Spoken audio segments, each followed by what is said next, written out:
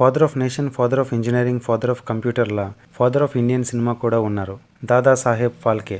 అసలు సినిమా అంటే ఏంటో కూడా తెలియని మన ప్రజలకి వెండి తెరపై సినిమాను చూపించడానికి ఆయన చేసిన కృషి చాలా ఉంది. ఈయన ఒకరోజు యేసుక్రీస్తు గురించి తీసిన ఒక అమెరికన్ సినిమాను చూసి ఇలా మనం ఎందుకు తీయలేము అని గట్టి పట్టుదలతో ఎంతగానో రీసెర్చ్ చేసి ఇతర దేశాలకు వెళ్ళి అక్కడున్న డైరెక్టర్స్ని కలిసి సినిమా తీయడానికి కావలసిన పరికరాలు వేరే దేశాల నుంచి తెచ్చుకుని సినిమా స్టార్ట్ చేద్దామని అనుకునేసరికి ఇక్కడ యాక్టింగ్ చేయడానికి కూడా ఎవరు దొరికేవాళ్ళు కాదంట. ఇప్పుడంటే మనం హీరోలు, హీరోయిన్లు అంటే పడి చచ్చిపోతున్నాం, కానీ ఆ రోజుల్లో నాటకాలు చేసేవాళ్ళు అంటే చాలా చులకనగా చూసేవాళ్ళు. కానీ ఎంత కష్టమైనా ఆయన మొదటి సినిమా అయిన రాజా హరిశ్చంద్ర సినిమాని 1913 సంవత్సరంలో పూర్తి చేశారు.